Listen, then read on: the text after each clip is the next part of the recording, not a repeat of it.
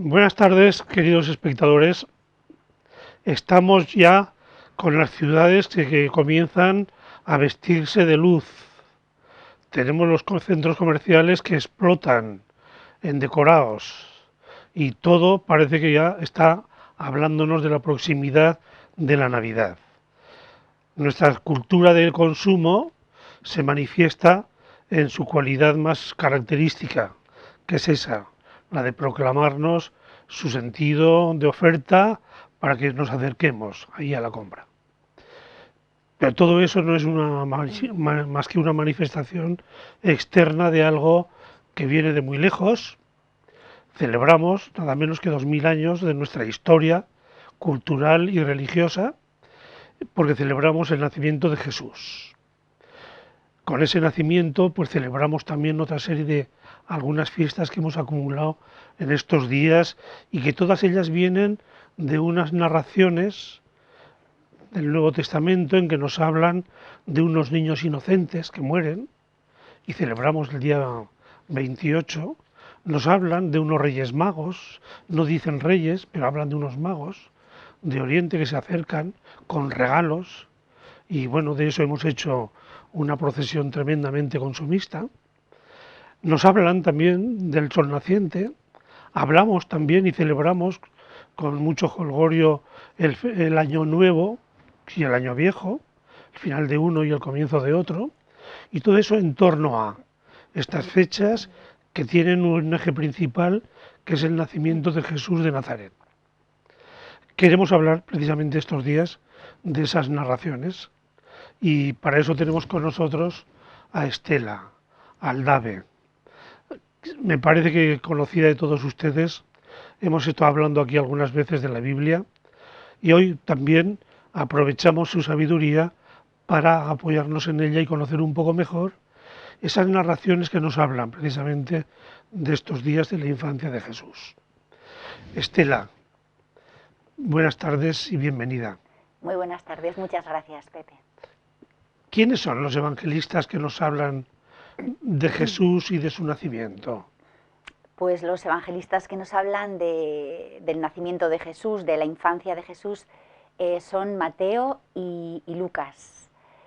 Juan y Marcos nos cuentan el origen de Jesús de otros modos. Lo cuentan también, sin referirse al nacimiento. Sí, de alguna manera los evangelios de la infancia tratan de responder a una pregunta que es ¿quién es Jesús de Nazaret en sentido profundo? ¿Cuál es su origen? ¿Quién es también para nosotros? ¿Quiénes somos nosotros? Entonces Mateo y Lucas lo que hacen es pues contarnos episodios ligados a su nacimiento, cómo nace, quiénes son sus padres, bueno, qué acontecimientos rodean los orígenes de su vida, y mientras en cambio Juan y Marcos lo que hacen es responder esa pregunta de otro modo. Por ejemplo, bueno, pues Marcos es el más breve, arranca diciendo comienzo del Evangelio de Jesús, el Cristo, Hijo de Dios, y a partir de ahí pues relata ya el bautismo y nos dice que Jesús es Hijo de Dios ahí. Juan pues tiene otro esquema. Juan arranca con ese himno tan poético, tan bonito de la palabra, del logos. Entonces, bueno, pues Juan lo que nos dice es que, bueno, pues Jesús es la palabra de Dios hecha carne, que existía desde el principio, es decir, nos dice, bueno, quién es Jesús, y para eso nos cuenta ese poema, ¿no?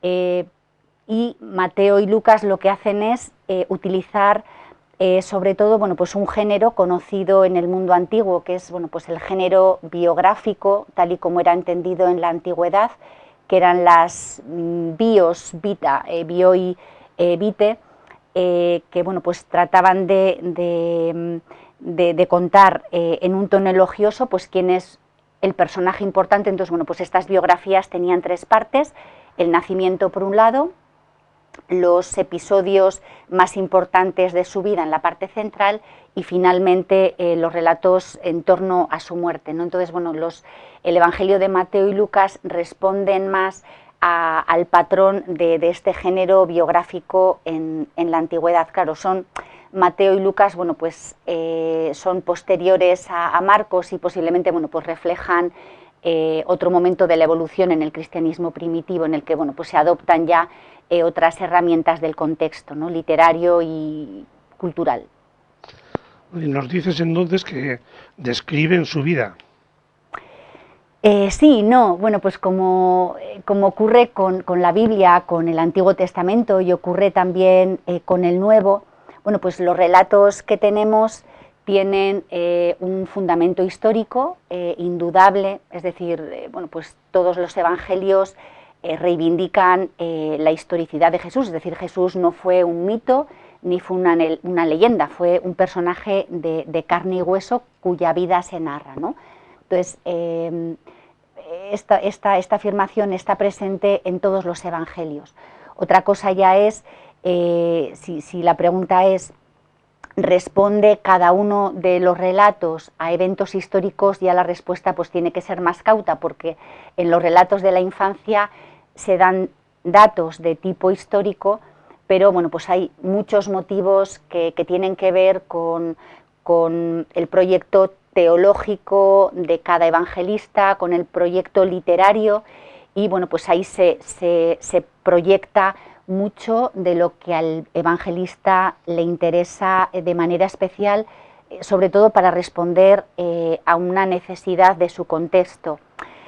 Y en realidad, bueno, pues es lo que ocurre pues con los evangelios en su conjunto. Es decir, se recuerda la vida de Jesús y en este caso se recuerda su nacimiento, pues porque bueno, es algo que ocurrió. Jesús como varón del siglo I nació, pero sobre todo bueno, pues se recuerda esta vida para dar respuesta a cuestiones que tienen que ver con, bueno, con la reflexión pospascual de quién es Jesús en su sentido profundo, la identidad, y también bueno, quién es para nosotros hoy, es decir, bueno, pues cómo podemos vivir el Evangelio en nuestro tiempo. Entonces, bueno, pues todo esto influye mucho en lo que se cuenta también de la infancia de Jesús.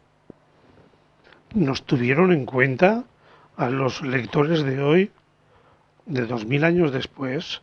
Tanto Mateo y Lucas, dices, ¿no? Sí, Mateo y ¿Y Lucas. tú crees que nos tuvieron en cuenta a los lectores de una distancia tan enorme para decirnos algo sobre alguien? Y eso entonces, dices tú, parece que no tiene tanto el carácter de darnos una información histórica, sino de hablarnos de quién y cómo es esa persona y qué puede significar para nosotros. ¿Sería algo así? Entonces, los datos históricos que parece que tienen, ¿son datos históricos o no? Algunos sí, pero retomo esto que has dicho de si nos tuvieron en cuenta. Pues yo te diría que sí y no. Es decir, bueno, pues Mateo tenía delante la comunidad de su tiempo y Lucas tenía la suya, y tenían, bueno, pues tenían problemas y estaban en medio de circunstancias pues muy distintas a las nuestras. Pero también es verdad que con muchas cuestiones de entonces también podemos conectar. Quizá no con todas, luego igual pues al hilo de la conversación sale algún tema de estos, con problemas del tiempo de Mateo y del tiempo de Lucas, algunos que aparecen en los relatos y que eso, que seguro que luego aparecen, bueno, pues son preguntas también nuestras, pues porque hay cuestiones que son humanas de todos los tiempos, y luego pues porque, bueno, Lucas, por ejemplo, se encontraba en una encrucijada en la que también nos encontramos nosotros hoy, de una comunidad muy mestiza, con mucha mezcolanza, ¿no? Entonces, bueno, por eso no nos tuvieron delante, es decir, en el sentido de que los evangelistas no sabían quiénes íbamos a ser nosotros hoy, lógicamente, pero responden a cuestiones de todos los tiempos, ¿no? Y luego lo que decías de si nos dan datos de tipo histórico, bueno, pues algunos sí, ¿no? Por ejemplo, bueno, pues tanto Mateo como Lucas mencionan a Herodes el Grande. Herodes el Grande, bueno, pues es un personaje histórico que existió, gobernó Palestina entre el año 37 y el año cuarto antes de Cristo, y bueno, pues durante el reinado de Herodes nació Jesús. Este personaje aparece. Aparecen también en los evangelios de la infancia, bueno, uno de sus hijos, Arquelao, también lo menciona Mateo, y bueno, pues se dan otro tipo de datos que tienen que ver con la historia, ¿no? La historia de Israel, la historia de Palestina. Lucas habla mucho de temas que tienen que ver con el judaísmo, que también acontecían, pues cómo se hacían los ritos en el templo de Jerusalén, cómo era el sacerdocio, es decir, bueno, hay un contexto histórico real que aparece en los textos. Y bueno, pues aparte del hecho de, bueno, pues quién es Jesús, que es otro personaje de la historia, quiénes son sus padres, que también son históricos, responden a la historia, los lugares geográficos que aparecen en los evangelios de la infancia, pues son lugares reales, es decir, cuando digo que tenemos relatos y que no todo es histórico, no quiere decir esto que tengamos eso, leyendas sin ningún arraigo en la historia, hay muchos datos de tipo histórico, ¿no? Dices entonces que son dos los autores que nos hablan de la infancia, Mateo y Lucas. ¿Y son muy parecidas las narraciones de uno y otro o son muy distintas? Son relatos enormemente distintos. ¿Perdón? ¿Enormemente distintos? Enormemente distintos. Una de las cosas que nos pasa pues es que entendemos los eventos ligados a la Navidad como si fueran pues un único relato, pero la idea que tenemos es posiblemente fruto de una armonización, es decir, bueno, pues la tradición y también pues por nuestra significación del Belén que tanto ha influido, ¿no? Bueno, pues ha seleccionado motivos y episodios de un evangelio y de otro y los hemos fusionado y entonces los entendemos pues como un relato coherente. Pero hay muchísimas diferencias entre un relato y otro, ¿no? Por ejemplo, si me pones el caso del Belén, ¿no? Ajá. Como escenario, digamos, del nacimiento de Jesús, y dices tú que hoy hemos mezclado todo, todos los personajes. Por ejemplo, en el Belén, pues claro, está el portal. ¿El portal es de unos y de otros? No, el portal es solo de Lucas. ¿Solo de Lucas? Solo de Lucas. Lucas es el que describe cómo es el lugar en el que Jesús nace. Mateo es enormemente escueto en esto, ¿no? Dice al comienzo del capítulo 2, nacido Jesús en Judea, ya, y ya, ¿no? En Belén y ya. Y no explica ni describe el lugar, ¿no? El lugar. En cambio Lucas sí. Lucas, o sea que entonces la cueva y el nacimiento, todo eso se lo debemos escenográficamente a Lucas.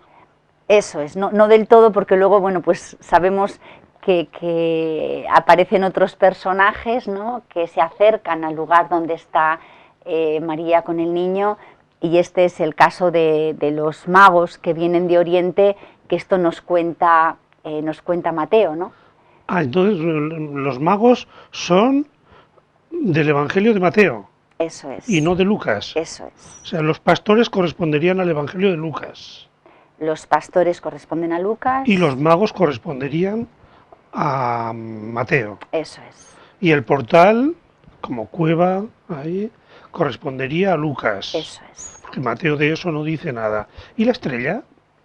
La estrella pertenece a Mateo con el motivo de los magos, ¿no? Que van guiados por la estrella donde nace Jesús, ¿no? A los pastores no los guía una estrella.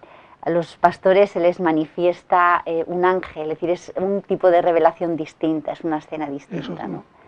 La de Lucas. O sea, son narraciones distintas. Son narraciones distintas y, como decía, claro, cada una responde a un proyecto literario y teológico, ¿no? Entonces...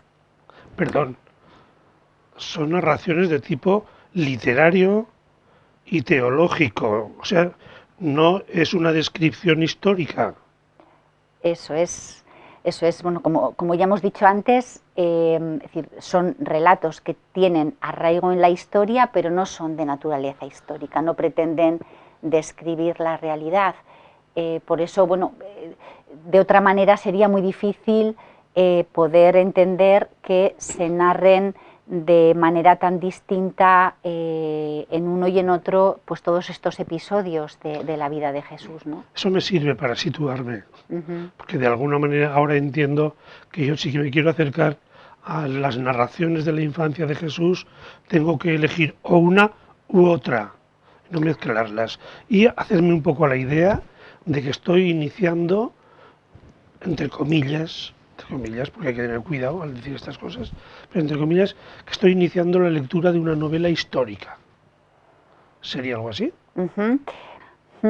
Pero te diría que es una novela histórica de carácter religioso y con un fuerte arraigo en la historia, ¿no? Porque, bueno, pues lo que dicen los evangelios es, bueno, pues quién es Jesús, cómo nació y qué significa esto también, pues en lo que tiene que ver con Dios para nosotros. Es decir, los evangelios en general y también los relatos de la infancia pretenden conducir a una experiencia creyente, ¿no? Bueno, pues descubrir a Dios en la propia vida, en la propia historia y un rostro muy concreto de Dios. En este caso, pues un Dios que se manifiesta pues en un niño que nace en unas circunstancias bueno, pues humildes y normales de la Palestina del siglo I, ¿no? Que nace en Belén, pero pues se cría en Nazaret. Entonces, bueno, pues me sirve en parte lo de novela, pues para no perder de vista que los relatos bueno, pues tienen una parte de creación literaria, pero sin olvidar que, bueno, pues que los evangelios reivindican con fuerza que van a contar la historia de alguien que existió y que es para la comunidad creyente el rostro concreto de Dios en nuestra historia, ¿no? Entonces, bueno, con esa particularidad podríamos admitirlo de novela histórica, ¿no? Sí, hay que tener mucho cuidado, efectivamente, Sí, con esa terminología, porque hay personas que pueden ofenderse, pero claro, sí, es que es mucho más profundo precisamente hablar de novela histórica o, como dices tú, de creación literaria, porque entonces eso requiere una elaboración mucho mayor, porque es tomar algún dato, como dices, que realmente ha ocurrido, que hay un fondo de historia real, ujú, contrastable, pero que con esos datos luego tenemos un mensaje que dar, que es la significación de Jesús para cualquier ser humano en la historia y en cualquier momento de la historia, podría ser, por ejemplo. eso es, eso es. Y otro elemento de estos relatos es pues toda la interpretación que tienen de toda la tradición de Israel, ¿no? Entonces, bueno, es decir, esto que tú llamas novela histórica, pero sí que quiero decir que, claro, no es una novela histórica, quizá es más el libro de Ruth, ¿no? Que es más una novelita. En el caso de los relatos de la infancia no es del mismo carácter, ¿no? Por eso. Sí, entonces, si, como digo yo, y tú me corriges, porque tú eres más especialista y entonces conoces mejor la cuestión, entonces, esta especie de novelas históricas, cada evangelista la tiene muy pensada, la ha elaborado mucho, con una finalidad concreta, y entonces decide escribir un prólogo, una iniciación que prepare al lector para hacerle más comprensible la obra. Sí, la imagen es válida porque, claro, es muy posible que estos relatos se pusieran por escrito en un momento bastante tardío. No sabemos a ciencia cierta cuál fue el proceso de formación de los evangelios, pero bueno, un dato muy razonable es que lo primero que se puso por escrito fue el relato de la pasión, después, bueno, pues otro tipo de unidades, y estos relatos de la infancia pertenecen a un periodo bastante tardío. Pues fíjate que, bueno, pues Mateo se pone por escrito en torno al año 80 y Lucas en torno al año 90. Entonces, bueno, pues estos relatos se incorporan a los evangelios, no digo en este último periodo, porque quizá tienen tradiciones más antiguas detrás, pero bueno, en un periodo bastante avanzado del tiempo, ¿no? Por tanto, claro, antes decía, ¿no?, que suponen en buena medida una relectura e interpretación de Jesús a la luz de la Pascua. Entonces es esto, ¿no?, que en un momento muy avanzado del cristianismo primitivo, cuando la comunidad se plantea quién es Jesús y quién es Jesús para nosotros, bueno, pues se ponen por escrito estas historias que, bueno, pues ya suponen un proceso de reflexión bastante avanzado en el seno de la comunidad. Entonces, ¿cómo se hace esto? Pues recurriendo a las tradiciones de Israel, al Antiguo Testamento y poniendo, bueno, pues todo esto en diálogo con las propias experiencias. Pero, bueno, pues también es verdad que hay diferencias entre unos textos y otros, porque, bueno, pues una de las particularidades de Lucas es que introduce, bueno, esto que llamamos cánticos evangélicos, ¿no? El Benedictus, que pronuncia Zacarías, el Magnificat, que pronuncia María, y esto que llamamos como Nunc Dimittis de Simeón. Bueno, pues estos himnos que tienen un fuerte arraigo en la historia de Israel, son himnos muy teológicos, no podemos descartar que nacieran en un momento bastante primitivo, que tengan bastante arraigo en la historia antigua, pero en todo caso en un momento posterior pasan a formar parte del relato de la infancia, ¿no? Es como, bueno, pues cuando hacemos un trabajo, lo último que escribimos es la introducción y es el prólogo, ¿no? Bueno, pues aquí estaríamos ante un proceso bastante similar. Yo desde niño pues las he oído contar, ¿no?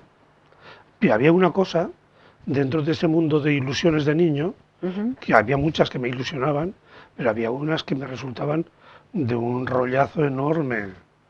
Por ejemplo, había allí lo que hoy llaman una genealogía, que era un rollo eso de escuchar, y fulano con mengana y tuvieron un hijo que fue...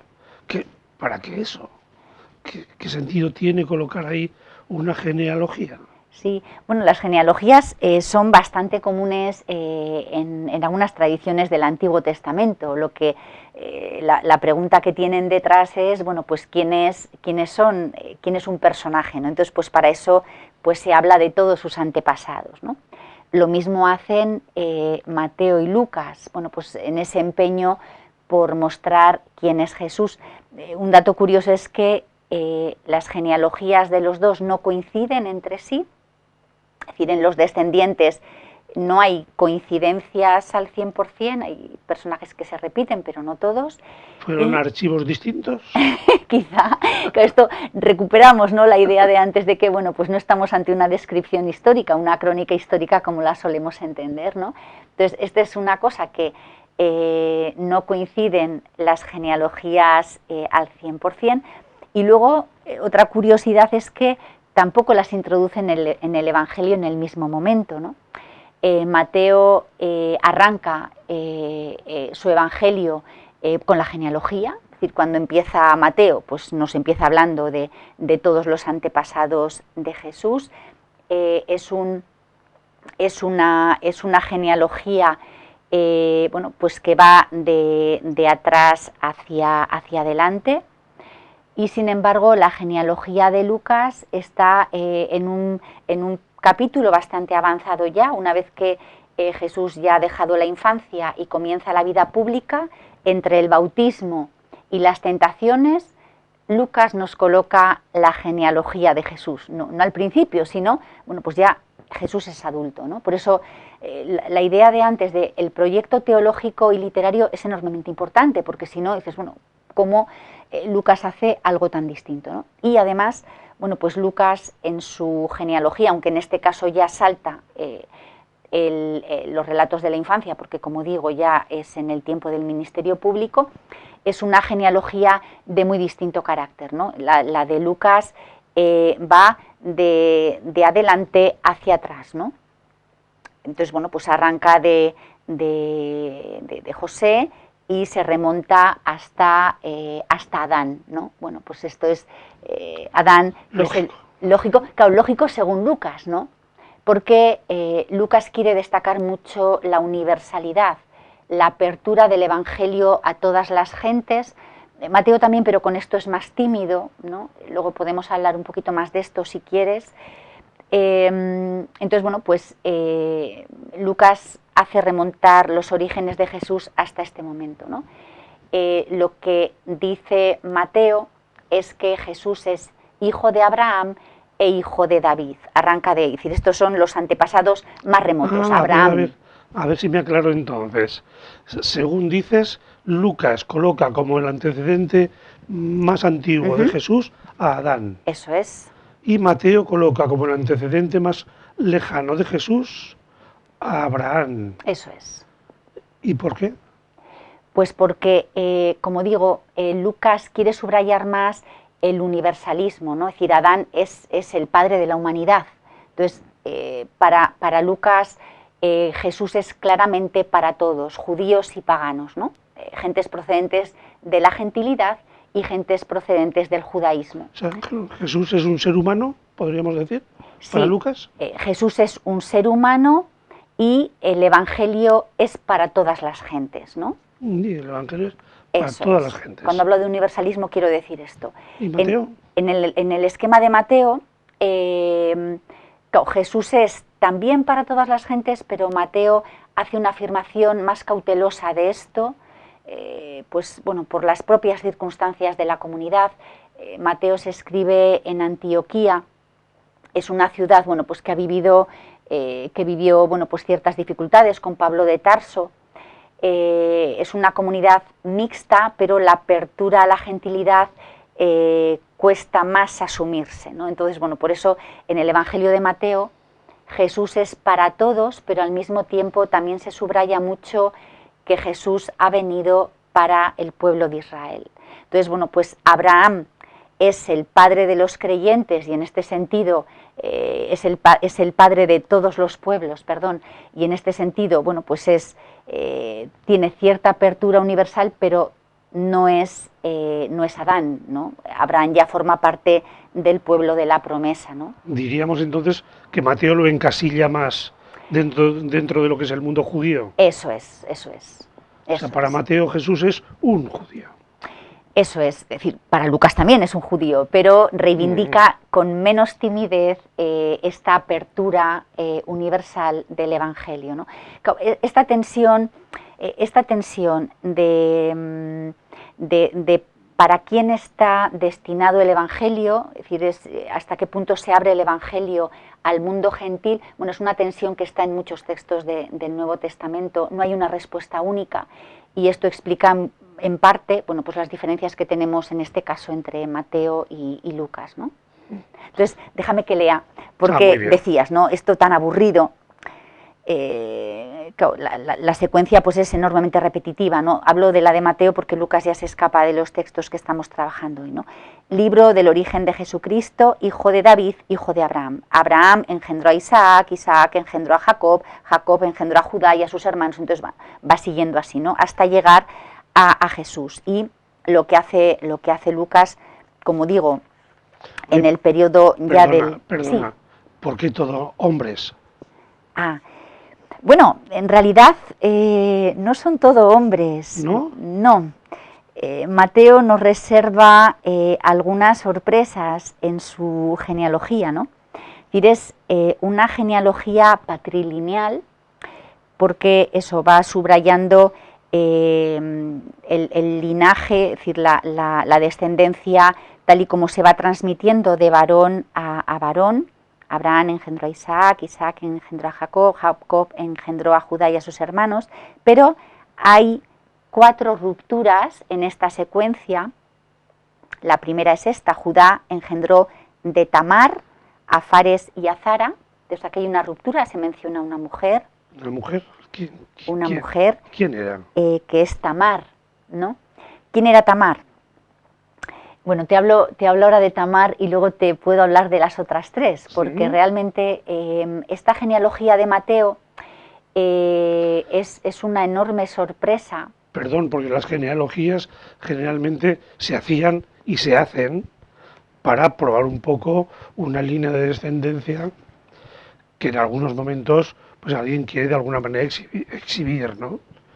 Por ejemplo, para exhibir una descendencia de nobleza, o una descendencia como les ocurría en tiempos del cristianismo y el judaísmo aquí en España, a los judíos conversos, pues solían comprar, se dice, genealogías para probar lo que no eran, pero para probar que descendían de cristianos y de cristianos viejos y antiguos, y que ellos no se trataba de una conversión, sino que ellos habían vuelto a su origen, ¿no? De alguna manera. ¿Qué pretende exhibir Mateo con la genealogía? Pues claro, Mateo hace un poco un guiño aquí, porque si bien, bueno, pues viene a subrayar el arraigo de Jesús en la historia de Israel, y esto lo hace no solo, presentando a Jesús como descendiente de Abraham y de David, sino con una secuencia de tres grupos de 14, es decir, la genealogía de Mateo está muy cuidada, no, es decir, responde a un deseo de presentar a Jesús, como digo, fuertemente anclado en la historia de Israel. Entonces nos habla de 14 generaciones y 14 generaciones. O sea, un judío muy judío. Muy judío, eso es, porque además el número 14 para algunos intérpretes responde al valor numérico del nombre de David, ¿no? Incluso. Y bueno, la división entre estas 14 y 14 pues son también episodios de la historia de Israel, el reinado de David por una parte y el exilio en Babilonia por otra. Entonces, en este sentido, bueno, pues Mateo quiere presentar a Jesús eso, pues en la historia entre los ancestros de su pueblo y firmemente anclado aquí, pero un judío de pura cepa, ¿no? Pero al mismo tiempo, bueno, pues introduce no solo a Tamar, sino que, bueno, pues nos habla de otras tres mujeres que rompen esta secuencia patrilineal, ¿no? Que son Tamar, que ya hemos mencionado, en segundo lugar Rahab, en tercer lugar Ruth, y en cuarto lugar Betsabé, la mujer de Urías, ¿no? Entonces, bueno, son estas cuatro mujeres de la historia de Israel, que están en la historia de Israel, sus historias se narran en la Biblia, pero son mujeres que por una u otra razón tienen un fuerte estigma en su existencia, ¿no? En primer lugar, bueno, pues Tamar es la nuera de Judá, pues su historia la tenemos en el libro del Génesis. Entonces la historia de Tamar, bueno, pues es la historia de una mujer que enviuda, su suegro le da pues a otro hijo, vuelve a enviudar, bueno, hasta que al final pues parece que el suegro se alarma y decide, bueno, pues envía a Tamar pues viuda y sin descendencia a la casa de su familia y le promete que le va a dar otro hijo, pero esta promesa no se cumple, ¿no? Hasta que, bueno, pues Tamar lo que decide es, bueno, pues se las ingenia, se disfraza de prostituta y, bueno, pues se acuesta con su suegro, que es engañado por ella, bueno, y queda encinta, y, bueno, después le da a conocer pues que está embarazada y que es ella, ¿no? Y que ha sido su... O sea que en la genealogía de Jesús hay una mujer que se prostituye. Eso es, esta Tamar que se prostituye, ¿no? Eso tiene mucho significado. Sí, pero curiosamente en estos relatos, en el relato no se condena la conducta de Tamar, porque claro, el lector fácilmente empatiza con esta mujer, porque claro, tiene que tomar esta decisión un tanto desesperada, pues porque hay una promesa que se ha incumplido, ¿no? Y bueno, pues se enviuda sin que ella tenga culpa y bueno, pues se queda sin descendencia, y esto pues para una mujer era soportar un enorme estigma social, ¿no? Y una situación también de desamparo. Entonces, bueno, pues esta mujer forma parte de la genealogía de Jesús, nos dice Mateo, ¿no? En segundo lugar, Rahab, que es otra prostituta y encima es pagana. La historia de Rahab la tenemos en el libro de Josué. Es una mujer, una prostituta de Jericó, que, bueno, pues de manera sorprendente pone a salvo a los israelitas que acaban de, bueno, que llegan a Jericó con motivo de la conquista de la tierra, es la entrada en Canaán, ¿no? Después del recorrido de Egipto. Entonces, bueno, pues esta mujer es ensalzada en la Biblia, pues porque, bueno, pues es una mujer, eso, que tiene un estigma social muy fuerte por su prostitución y además es pagana, pero bueno, pues gracias a ella se salvaron esos israelitas, ¿no? En Jericó. En tercer lugar, tenemos la historia de Ruth. Ruth, que bueno, su historia se relata en el libro bíblico de Ruth, ¿no? Ruth es Un libro precioso. Es un libro precioso, efectivamente, es un libro precioso y que en su origen pues pretendió también romper con muchos esquemas y cerrazones de los judíos, ¿no? En el momento en el que se puso por escrito. Entonces, Ruth, esto sí que es una novelita, es un cuentito, ¿no? Que pretende mostrar que, bueno, pues que Dios, el Dios de Israel, Yahvé, pues se manifiesta de manera sorprendente y, bueno, mujeres extranjeras, en este caso Ruth, pueden ser modelo de fe para un israelita, ¿no? Entonces la historia de Ruth, bueno, pues la conocemos. Eso era mucho decir, ¿no? Entonces. Eso era mucho decir. Era abrir ventanas y romper muchos esquemas. Eso era un terremoto que quebraba muchas convicciones de esas de religiosidad monolítica, ¿no? Sí, este fue, yo creo, el propósito del libro de Ruth cuando se compuso, romper estos esquemas en un momento en el que en la historia de Israel pues estaba la vuelta del exilio, se intentaba imponer pues un tipo de judaísmo muy cerrado en sí mismo, pues el rechazo a toda la mezcla con extranjeros. Entonces, bueno, pues parece que hay voces disidentes en Israel que, bueno, pues reivindican otra cosa, y esto, bueno, pues refleja el libro de Ruth, estas voces, ¿no?, disidentes. Y esta voz disidente es la que recupera Mateo, ¿no? Por eso que claro, pues esta genealogía pues tiene estas sorpresas. Y la cuarta sorpresa es la de Betsabé, que Mateo lamentablemente deja anónima, no sabemos por qué.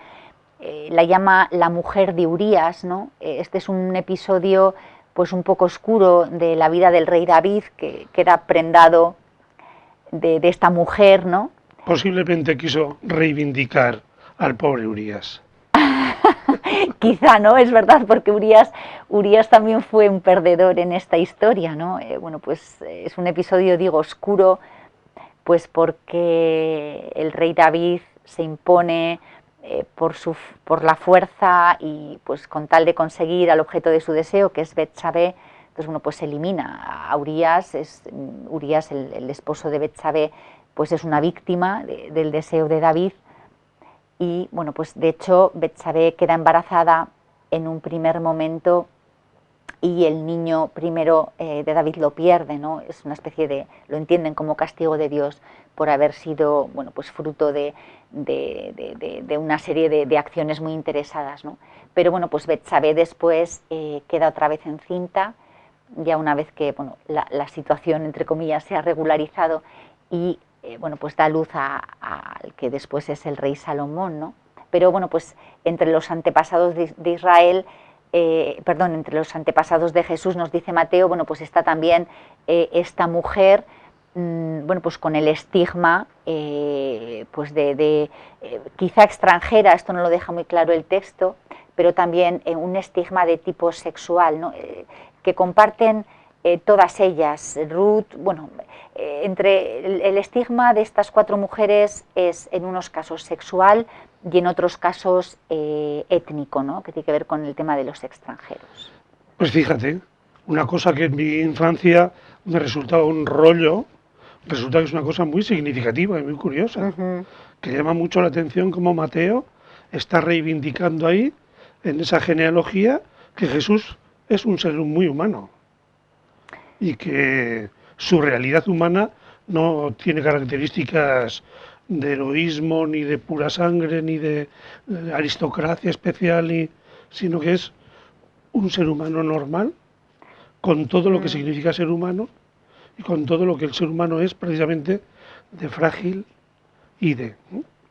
Y muy curioso, hemos aprendido algo muy importante, que en medio de todos esos detalles hay cosas, además de muy bonitas y muy curiosas y muy sorprendentes, mucho más profundas de lo que aparentemente habíamos adivinado.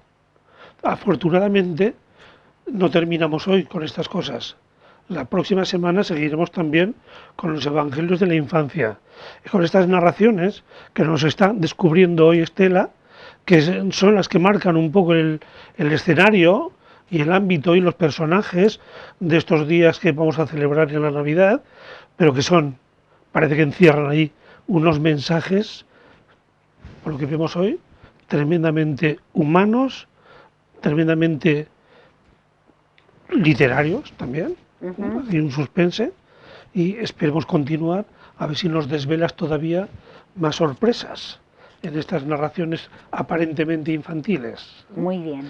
Pues muchas gracias, Estela, y hasta la próxima semana.